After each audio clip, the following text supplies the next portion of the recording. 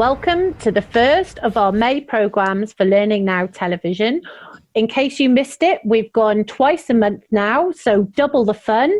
Nigel, what's on today's show? Double the work for you and me as well, Kate. Oh, we're being slave-driven. It's true. Colin's a hard taskmaster.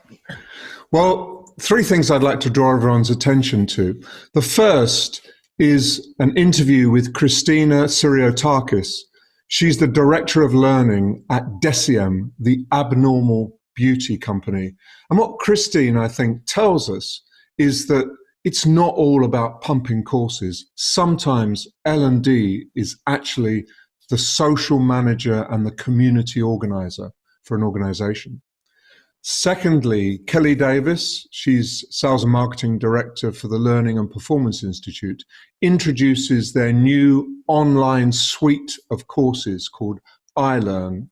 And finally, Martin Cousins is sharing a really important research report from Asana, which is looking at some of the trends that this current climate has thrown in our faces. So three very interesting items for us. And personally, one of my favourite brands, Deciem, so I can't wait for that. Enjoy the show. Enjoy the show.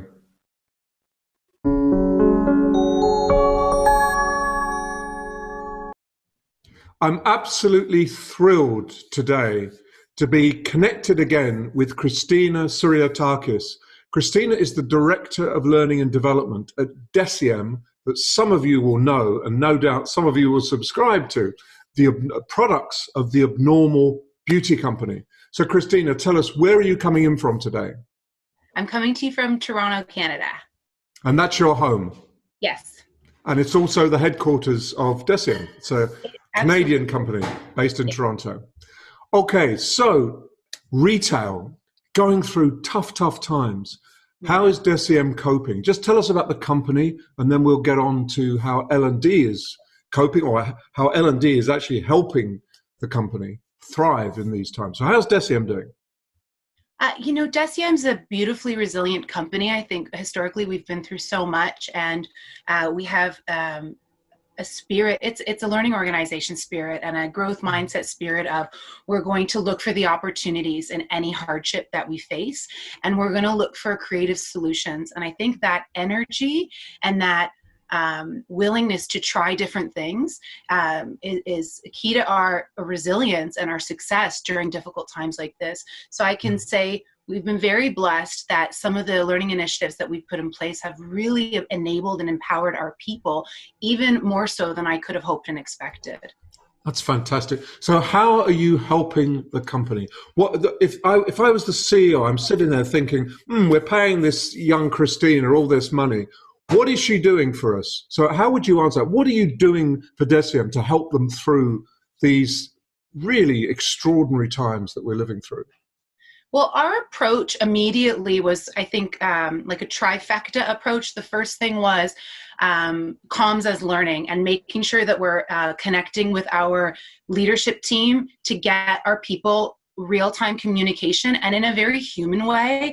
At Deciem, we say beauty is human, and I say email is not human. So leveraging our learning platform to hear from our CEO, Nicola, in her home with her little one, and to hear those human messages, because sending transparent communication and messages of hope or support through a static email is just it's not going to work. So making sure that our people had access to information just in time. The response has been incredible, because our people get on our platform and they're so grateful that their questions are being answered, open forum spaces where they can push questions up, and there should be no gaps and no anticipatory anxiety about anything, because communication, as much as we know, of course there's things we don't know, but what we do know should be disseminated to every team member. So we put together a comm strategy and a good plan for communication. Then the second piece was an engagement strategy. How are we going to keep community and family, which is so core to our values, a part of this time where we were all feeling disconnected? So we worked with our amazing brand team, and we actually crowdsourced ideas from the entire company, which we're all about a co-constructed learning experience. So what would you guys want to participate in? And ideas would come through like, Pets of DECIEM engagement challenges on Thrive or our learning platform, or post your plants, your work from home outfit, share a recipe, your at-home immune boosting remedies, just anything on the regular that could help, not only help our people feel like they had an entry point to engagement, but in some ways hold up an even bigger mirror into who the company is, because now we're seeing one another. You can see my exotic pillows in the background, and you have a better sense of who I am as a person, and I appreciate artisanal things. Then it's actually allowed us to see one another in a completely different way, and to have the courage to share who we are in a bigger way, to really reflect the culture. The third piece, in addition to engagement, was creating a space for learning that was just at-home learning that could be a really effective, I don't want to say just a curation, because of course we wanted to make sure our team members knew where to find the content that they needed to consume, but also a program. How are you going to set goals for your learning needs based on what you need to learn right now? How can you recognize that some of the things that you need to learn now, you might have not even considered L&D things like resilience, managing change, stress, anxiety, and how can we not only have you learn independently, but then be part of something communal? So we put together a Learn at Home tool where team members and managers could have conversations about what they were struggling with and set micro-learning goals to consume content as they needed, but then a live learning calendar of community-based events where they could come and participate in some of these key topics and start talking about their challenges and their experiences. And the goal there was, let's normalize these emotions. Let's make it totally okay to feel panicked, to feel overwhelmed, to feel afraid, to feel emotional. And let's teach you how normal and okay this is, and give you some practical tools to navigate these times. But not just from L&D, let's actually get those tips and techniques from one another too. So even we did a session on creating a great workspace. And, I don't have an office. I've been working on my couch and my seat is sinking week over week as I sit in the same spot on my cushion.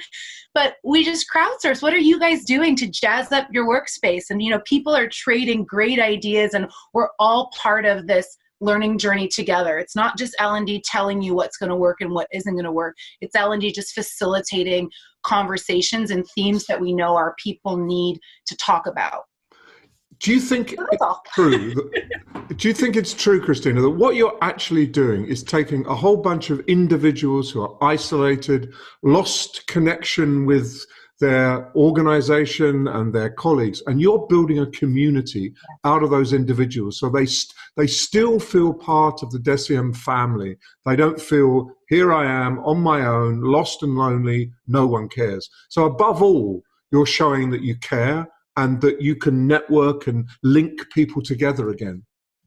That's absolutely what our goals and focuses have been, to make sure that people feel that they're actively part of something. It's one thing to be a passive member of community and to feel like a spectator, and it's another thing to feel that I'm actually contributing to this conversation, and I'm empowered to be part of the learnings and the solutions. So simple things like when we ask people to share tips on our learning platform Thrive around how they're staying connected with their loved ones, and they give us great ideas. One of my team members, he's doing a game every weekend called Social Quistancing, and it's actually a quiz that he'll do with his family, and he puts together a little presentation, and we said, what a fun idea. Why don't we turn that into a weekly theme called board games, BORED, where we can actually crowdsource and say, hey guys, what games have you figured out to deal with your boredom? And so we might model it, and then we get everybody involved in it. And so everyone who's got so much creative energy and ideas can be part of the learning and part of the experience, not just, we did all the typical things like a Managing Through COVID channel on our social platform where we showed people what resources were out there. But what we're more interested in is what resources they're finding in their time and how they can bring that into the space so that the learning experience is truly all of DECIEM and not fragmented. Yes. It seems to me one of the other critical things you're doing is helping build resilience in your staff so that they're up, they're optimistic, they maintain that growth mindset, and they still believe in the company and they believe in the future. They're not losing faith in themselves, losing faith in the company, losing faith in what on earth is going to happen to them in their lives. Is that true? Resilience is important to you? Resilience was one of the first sessions that we wrote when we started looking at our live learning calendar. The resilient spirit of DECIEM is actually why I wanted to join the organization. I was incredibly struck by the ability to overcome adversity and to turn hardship into meaning. So with what we faced when we lost our founder, committing to supporting mental health initiatives, committing to honoring his legacy by driving forward this culture of family, which is why he built DECIEM. And that's where hardship becomes meaningful and purposeful. And so I wanted to make sure that we could carry that forward and you want to balance honoring the space where things are difficult. We didn't want anyone to feel like you can't have a hard time right now and it's not okay to share that you're struggling, but where can we leverage the opportunities here and switch into that growth mindset? And that's been really empowering for people to say both, you know what, there are times when I'm feeling sad, scared, frustrated, angry, threatened, and also let me manage. We've talked a lot about the circle of control and what we can teach our people to focus on in terms of what they can control and influence versus getting preoccupied in that area of concern. And so what can we control? Well, we could control our learning during this time. We can't control when the stores are open again. We can't control how much toilet paper is on the shelves and all those things, but we can actually control aspects of our mindset by taking charge of cultivating our own learning experiences. And that's really helped people. Even helping teach people how to create routine and structure in a time that seems, you're never sure, is it time to take the pajamas off and put on work clothes now? Am I in my off time?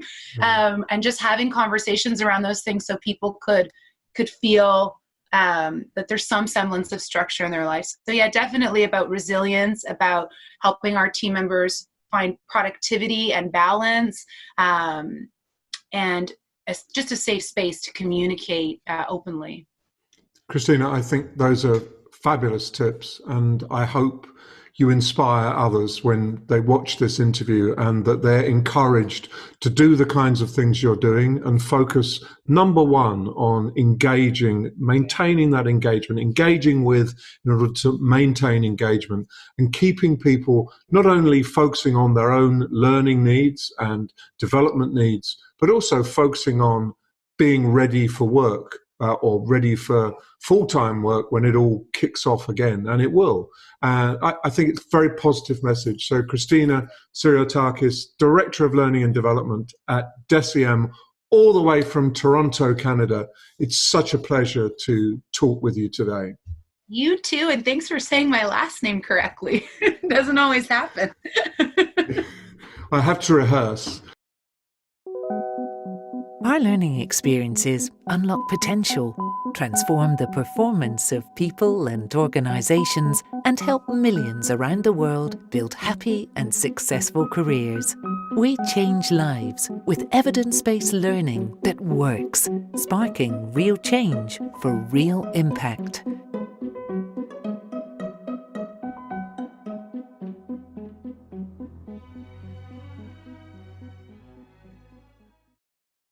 Next up, regular contributor Robin Hoyle talks about the possible upsides of the current COVID-19 situation. Bit of a different look. So it may seem odd to want to talk about the upsides for learning and development of the current lockdown and the situation that we all find ourselves in. Now, I don't want to minimise or downplay any of the horrible things that are happening around the world and the real challenges that the lockdown is creating for us, whether that's economically or in our health or in relation to contact with friends and family, many of whom need our contact more than ever. And I'm not being Pollyanna-ish and trying to make the best of a bad job either. I've seen a few things that are really quite interesting and which I hope will endure beyond whatever the lockdown period is. And I don't know what the world's going to look like when we come out of this, but I think these 4 things are going to continue. You've probably noticed other things. I'd be really interested to hear what they are. The first one for me is around timing. Now, whether or not we think it's a good idea or not, learning and development is essentially an event-based business. We've brought people together into workshops, whether we've given them stuff before, whether we've put things in place for them to do afterwards. The workshop has been a real focus of learning and development activity. And because it's difficult to organise, it's expensive, the logistics are hard, we've tended to try and cram everything into that couple of days. And so we've spent a lot of time thinking about that. And sometimes some of it sticks and sometimes some of it doesn't. We've had to replace those events with other ways of contacting people, of bringing them together in groups. And so we've been running virtual sessions, and of course we've been running them in shorter periods, 90 minutes, 2 hours, whatever it is.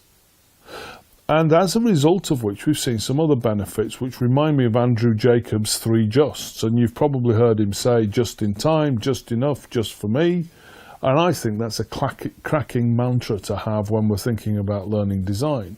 Now it's starting to become really apparent that we can do that because we've been giving people digital content, inviting them to a virtual session for 90 minutes or so, and then giving them other things to do, other activities, whether that's more e-learning or some infographics or see some videos or go and do some tasks and report back.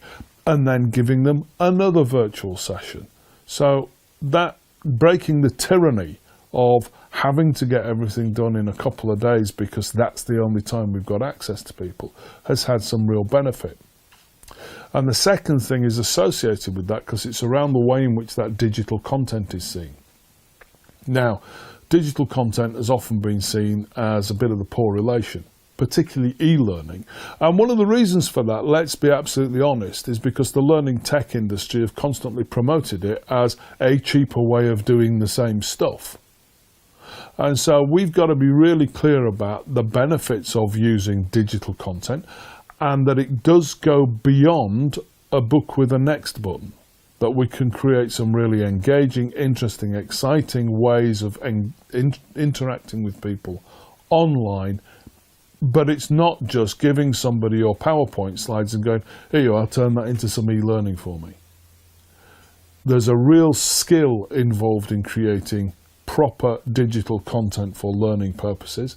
And I think people are starting to get to grips with the fact that it isn't just a case of making yet another e-learning program which is click, click, click, click, click, test. So we're starting to get a reappraisal of digital content, which is brilliant. And alongside that, we're also seeing that we're losing this idea of the digital world being a facsimile for real life. And that's my third thing that I've noticed. When I first started designing digital content for learning more than 20 years ago, I was constantly asked by clients to, well, we've had this idea. We thought what we'd do is create some kind of virtual training centre, and my heart would sink. Because it was a bit like the end of Bullseye, if you remember that, when Jim Bowen would say to a crestfallen contestant who hadn't won, let's see what you could have won.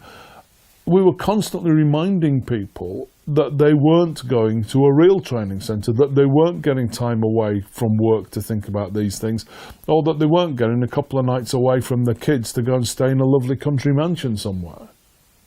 You know, what we were telling people is, here is a cheaper, less good alternative, but we're going to constantly remind you of what you could have had. And that extends not just to things like creating a virtual training centre, but the other week one of my colleagues said, can you help me post this academic paper up to our platform that we use?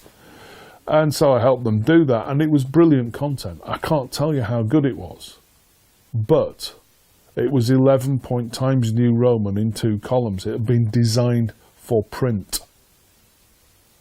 And so it affects not just what we create, but also what we curate. And if you look at some of the work by Pearson, Deloitte, Emerald Works, McKinsey, they are using the web for research reports and information in a way which is much more interesting than putting a 2-column Times New Roman 11-point document online. And so we need, where we've got permission, to repurpose that material to make it fit for the purpose which it is now being used for, not just point people off at it and say, it's over there, go and look at it. Because do you know what? They won't.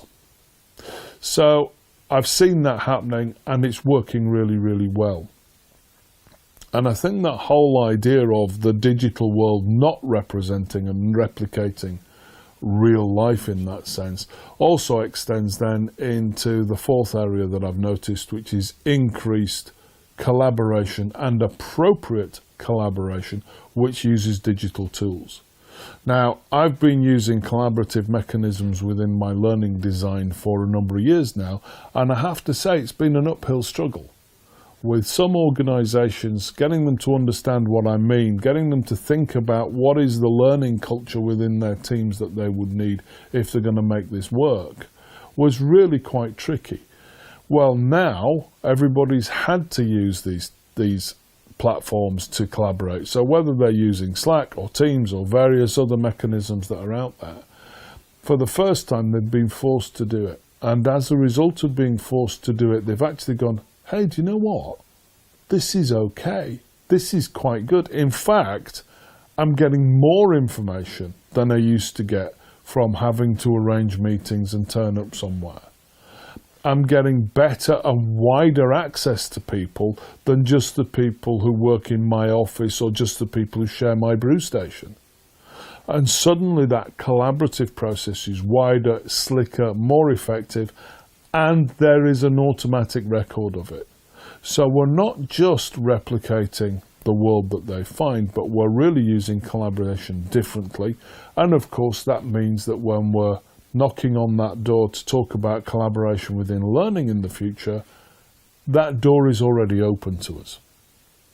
And that's got to be a good thing, because the more that we can focus on individual requirements by not worrying about the timing, do better digital content, which doesn't just try to replicate stuff that's missing, but actually starts to work in a way which is a new way of using digital tools, then I think it will be easier for us to help organisations improve their performance and individuals to improve their competence and the teams their capability. And that's what we're about. So I'm hoping those 4 things will continue in the future, whatever world we face after this.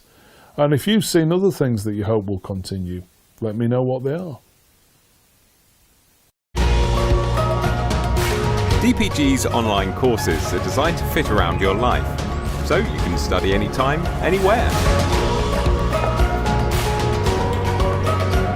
Get in touch now for more info.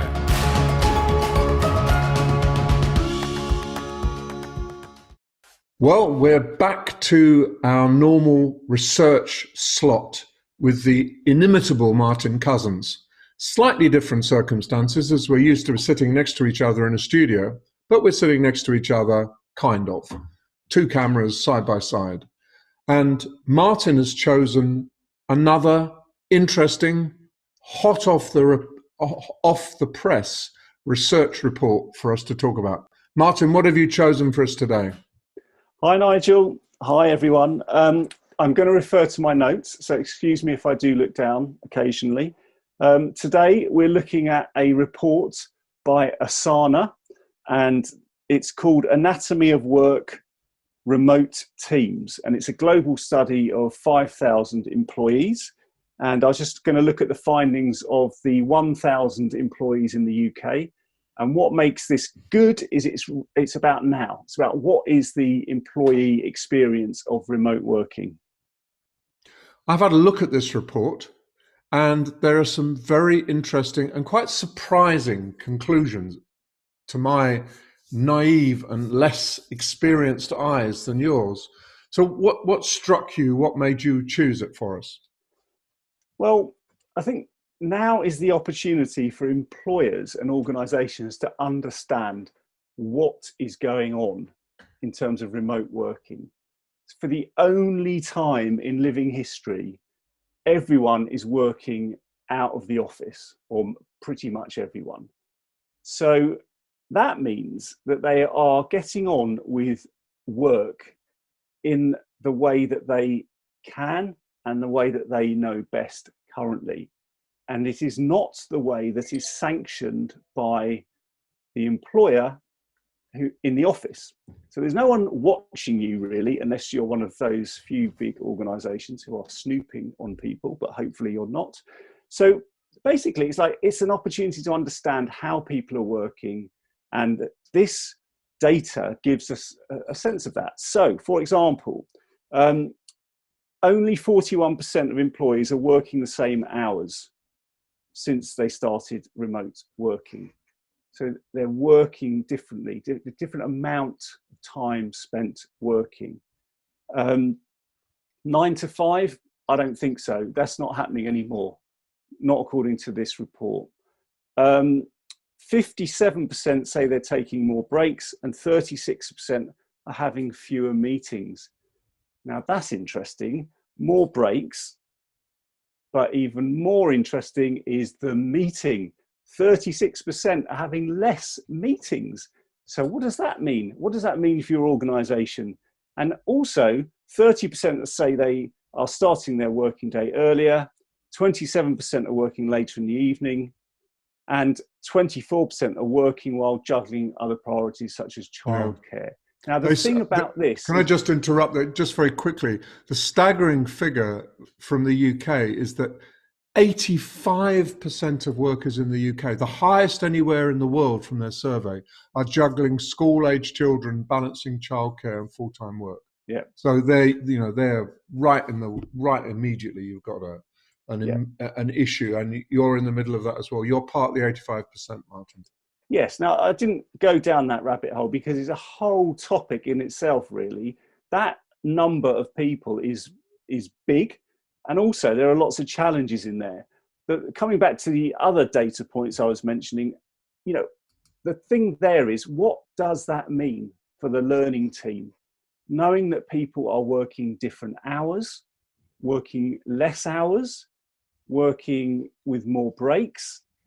What does that mean exactly? In terms of being in touch with people and doing what learning has always done, how does it actually engage with people who aren't sitting in an office working set hours, which everyone knows about, right? So I think that's fundamentally, it is fundamental. But linked to that is also the difficulty in staying motivated, continuing stress about their own health and the health of the company they work for, and an inability to switch off and disconnect, even if they're working fewer hours.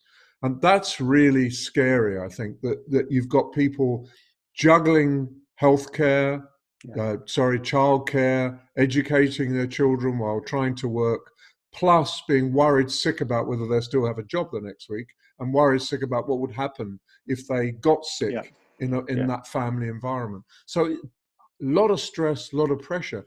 But interestingly, they say from the report that managers are helping, that not all managers, but the vast majority of managers seem to recognize the issue and are being sympathetic and helpful. Yeah, I think that, this isn't all bad. In actual fact, I don't think it's bad at all. No. I think it provides insight into the employee experience right now. So if you're an organization that isn't measuring this stuff, then at least you've got this as a kind of way into it. But I think it should encourage everyone to start asking some of these questions. Yes. I mean, there are some quite fundamental ones here, like how well set up were UK employees to work from home? And 67% did not have at least one of the following: a desk to work from, a laptop or a PC, or a reliable internet connection. 67%. So they didn't actually have the basic things you need to work.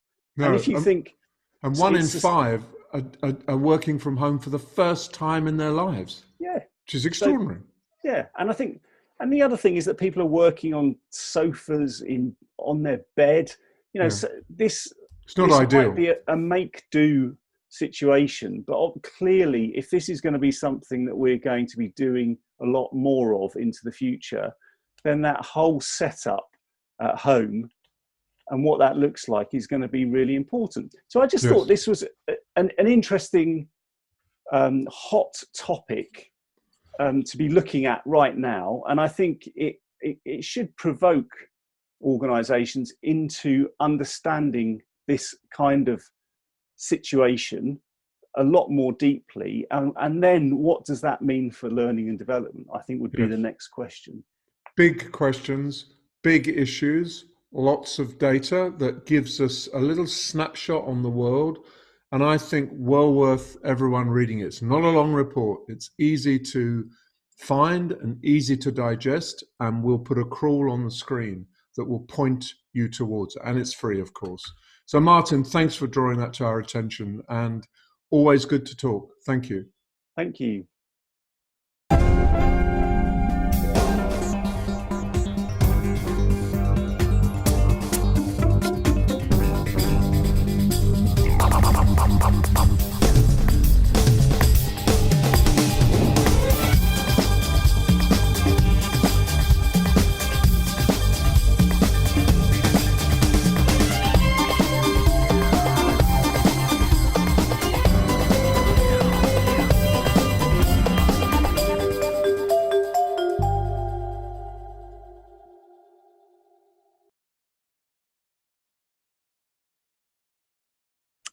Now I'm pleased to welcome the Learning and Performance Institute's and Learning Now TV's channel partner, Kelly Davis, who is Global Sales and Marketing Director, and here to talk to us today about their new online digital academy, LPI Learn. Kelly, welcome to Learning Now TV. Thank you. It's a pleasure to be here. I can't actually believe we haven't had you on before, so thank you for coming on today. And I know that LPI Learn is a project that is particularly close to your heart, and you have been very much involved with from the start. So I sat at Learning Live 2019 when a sort of sneak preview, if you like, a bit of a preview of this online academy was announced. And now here we are several months later. I'm assuming you've been quite busy in the interim putting this all together. That's right. Yes, we have.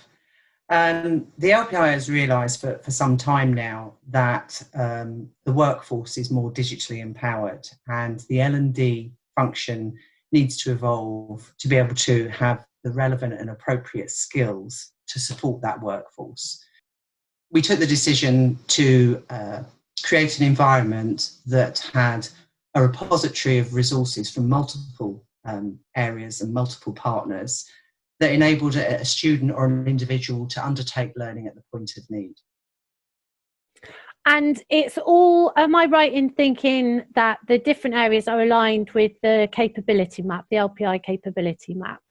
Yeah, so everything from the resources and online assets that are available through our accredited organisations and industry thought leaders and experts, through to the programmes and the structured self-paced digital programmes that are available, all sit around the capability map framework, so that you know that the subjects are relevant and appropriate to what you need working in a modern L&D function. So if I'm head of a learning team within a corporate context, and we talk a lot about the skills gap around analytics, for example, I know that's an area that the capability map looks at. I can sort of say, right, I can look at LPI Learn and think, well, actually, I can put my team through a series of self-paced steps, and that should fill that particular gap. That's how it works? Yeah, I mean, there's several points of access. So from a user perspective, you have the ability to rapidly skill in the areas that you need at the point that you need it. From an organisational perspective, you have the opportunity to work with the LPI through the capability map framework and understand the skills gaps and plan and work with us to develop to what you need. Within the back end, and we selected to work with a New Spring as our partner for the platform, it would allow an organisation to have absolute flexibility in how they provide the learning and how they assist the student and guide them through the skills that they need, with the ultimate flexibility from the learner experience, but also at the same point to be able to understand the progress, understand the trends, see where the most common accessed areas are. And we will continue to provide assets and resources onto that platform based on the outputs from the capability map and the skills that the market actually needs to improve. That's really important, because sometimes if I'm running that learning team, I might not know what my people don't know. So you've actually got to you can go through that period of assessment as well. Yeah. And how are you obviously curating and pulling in content from lots of different sources? So you mentioned working with your accredited providers. Is it just accredited providers that are inputting into that? How are you working through that curation process? No, absolutely. I mean, I think one of the key things is around trusted content. So we have this sort of, for want of a better word, the editorial control around the content that appears on it.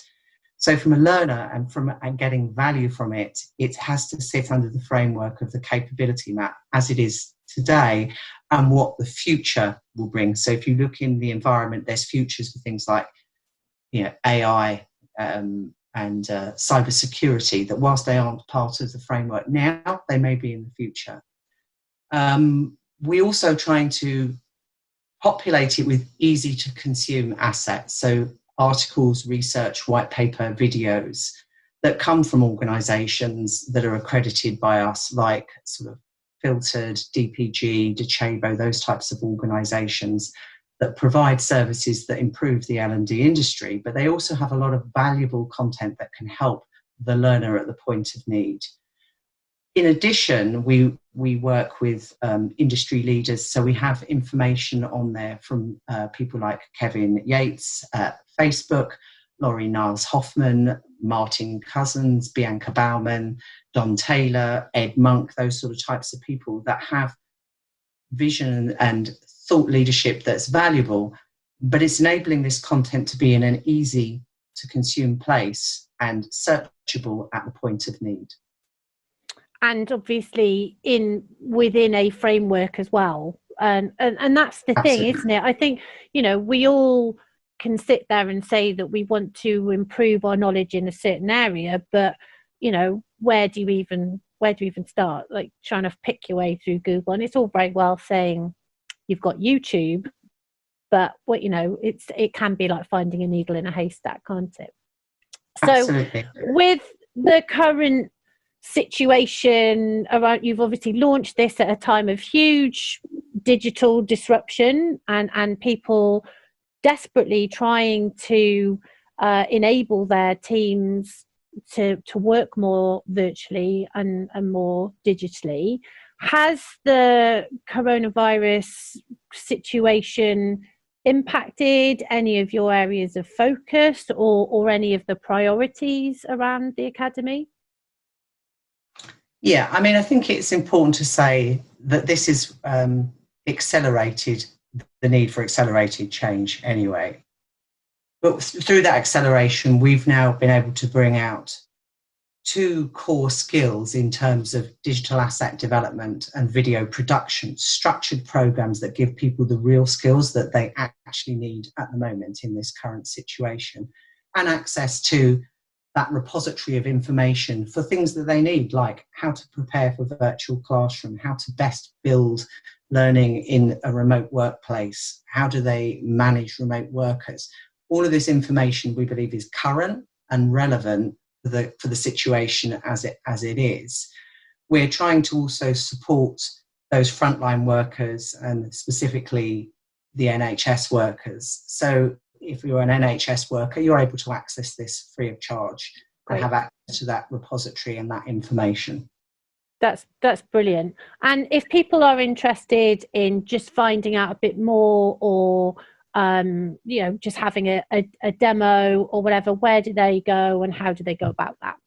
Yeah, I think if you have a look on the LPI website, there's a lot of information and there's a lot of resources that are available for the learner that can be downloaded to support them in the current situation. If you wanted to understand more about, from 2 or 3 perspectives, whether this is relevant and appropriate for your organisation to support your learner population, or whether it's something you want to be involved in from a point of view of sharing with the L&D community and helping the market in the current situation, I would go onto the LPO website. There are several sort of explainer videos that talk at a more granular level about functionality, partnerships, how to best use this environment. And there's lots of options to be able to arrange for a demo of the environment or to talk to somebody from the LPI, whether it's about instructional design, whether it's about the learner experience, whether it's about our partnerships to bring this service to market. Fantastic. Well, Kelly, I would like to say that we'll have you back on in a few months' time to talk about how things are accelerating and obviously how the current situation is potentially impacting the usage. I'd be fascinated to see kind of what some of the analytics look like in terms of, the top resources and things. So hopefully you'll join us again in a few months' time. Be more than happy to. Thank you very much. Thank you. Imagine a workplace where people are energised and motivated by being in control of the work they do. Imagine they have the freedom, within guidelines, to work at their best. Imagine they have managers who coach and support them rather than tell them what to do. Isn't that the sort of place you'd like to work? Can you imagine how much more productive it would be? You can discover how to do that in my book, The Happy Manifesto. Download it from here, or chat to me at any time about how to create a place like that.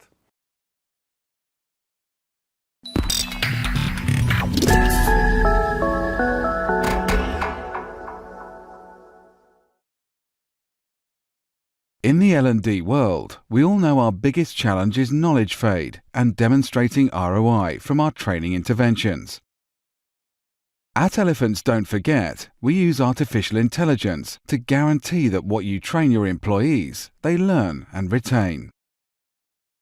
If you are looking to transform the impact your training content has in your business, improve the ROI, and perhaps help employees learn and retain even the dull regulatory material, drop me a line at nelly@elephantsdon'tforget.com. Next up, we present a light-hearted look at working from home from our friends at the Charity Learning Consortium. For me, working at home can be tough, so I like to treat my days as I would do with any other work day. Put a routine together, put a schedule together, and divide the day into maybe 4 or 5 different slots. I like to set up my space in a bright and airy room. I've only got one room in my flat, so this is the room. I'm not in working from home because rather than commuting to work, now I can do some exercise. That's good.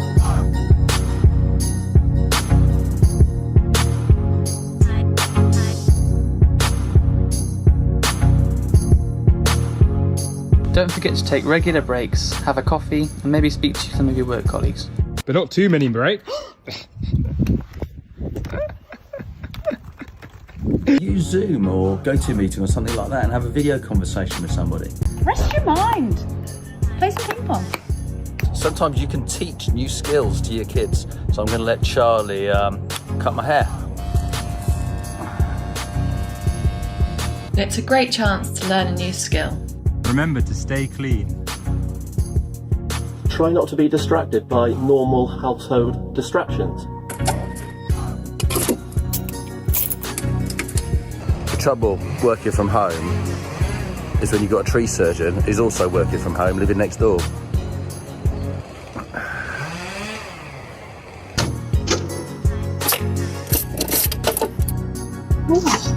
When I work from home, I just chuck on a pair of jeans and a t-shirt, pretty much the same as when I'm in the office. There's a lot of talk about, you should get dressed and put on business attire, but I don't think it really matters. I think it's what's best for you and what feels most comfortable for you. Ring, ring, ring, ring. Hello. I think it's really important to set a start time and then to set a finish time. So at the end of the day, I shut my laptop and then I can open a huge bottle of gin. Splendid. Studies have shown that learning programs are now crucial weapons in the fight to attract and retain talent. Working closely with modern learning organizations across the globe, we have developed Learning Programs of Excellence, a prestigious award recognizing exceptional, state-of-the-art learning programs.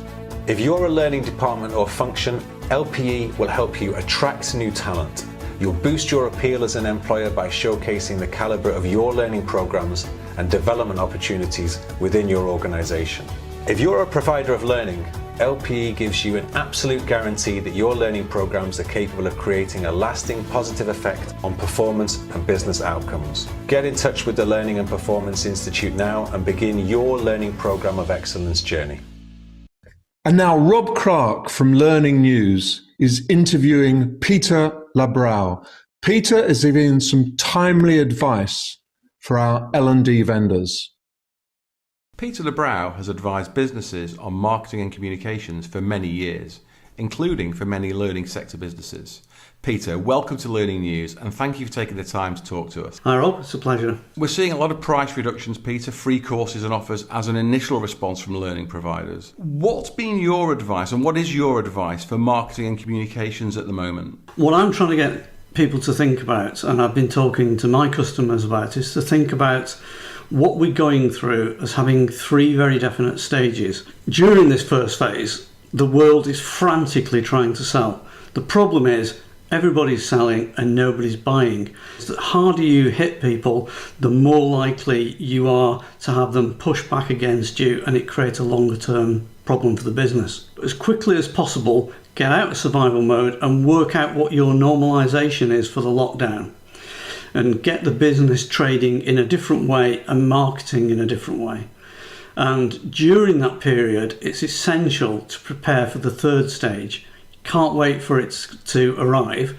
You have to be ready so that when the opportunities start coming in and the economy starts turning around, you're poised, ready to go. But what that means in practical terms in stage two is a lot of the messaging that organisations have got is out of kilter with what people are buying.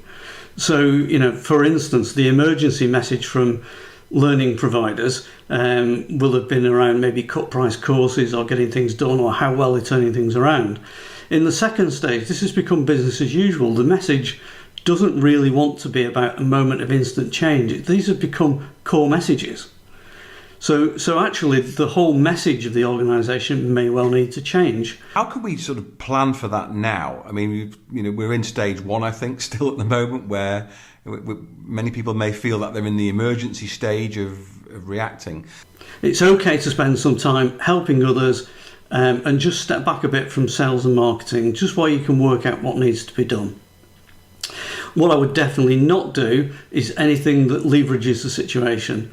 And there's a huge backlash from people who are selling things on the back of got pandemic, we've got a solution, broadly. And those things just do not go down very, very well at all. So, and a lot of hard selling that's being done. And I would just say you need to keep away from that. Every human, every business is affected by this. This is the one thing I can recall in my lifetime where we're all connected through this. Well, I think we have to have a great deal of empathy for our customers' situation, and we need to focus on their well-being and their business's well-being and make decisions based on that, whether those are operational decisions, sales decisions or marketing decisions. Now, that's just sound advice at any point in time, but right now I think it's really important. I mean, there are brands who are doing unhelpful things and they're hitting the news because of it, and I think it will have a long-term negative impact on the business. Try to be a positive force, but don't talk about how great you are and what a good job you're doing. Focus on your customers and what you can do for them and the problems that you're solving.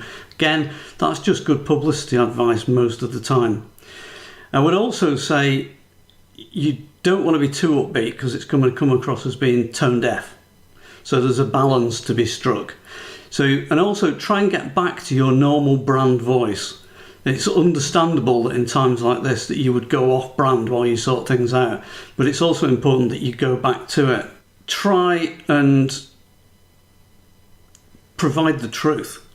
to your own teams and to your customers. I mean, organisations don't like to do this. They like to say, oh, everything's fantastic, we're all sailing really well.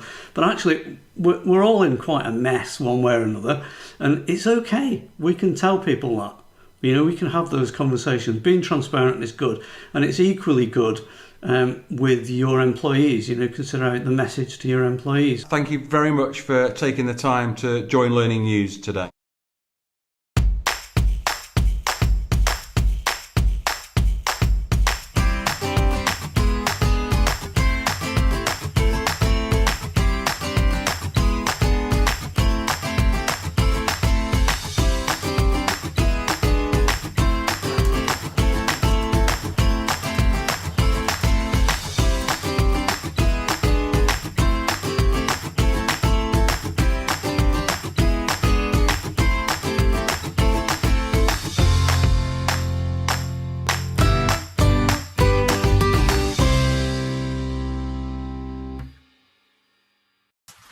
Well, that's a wrap, Kate. That's another program over. I hope you found it useful.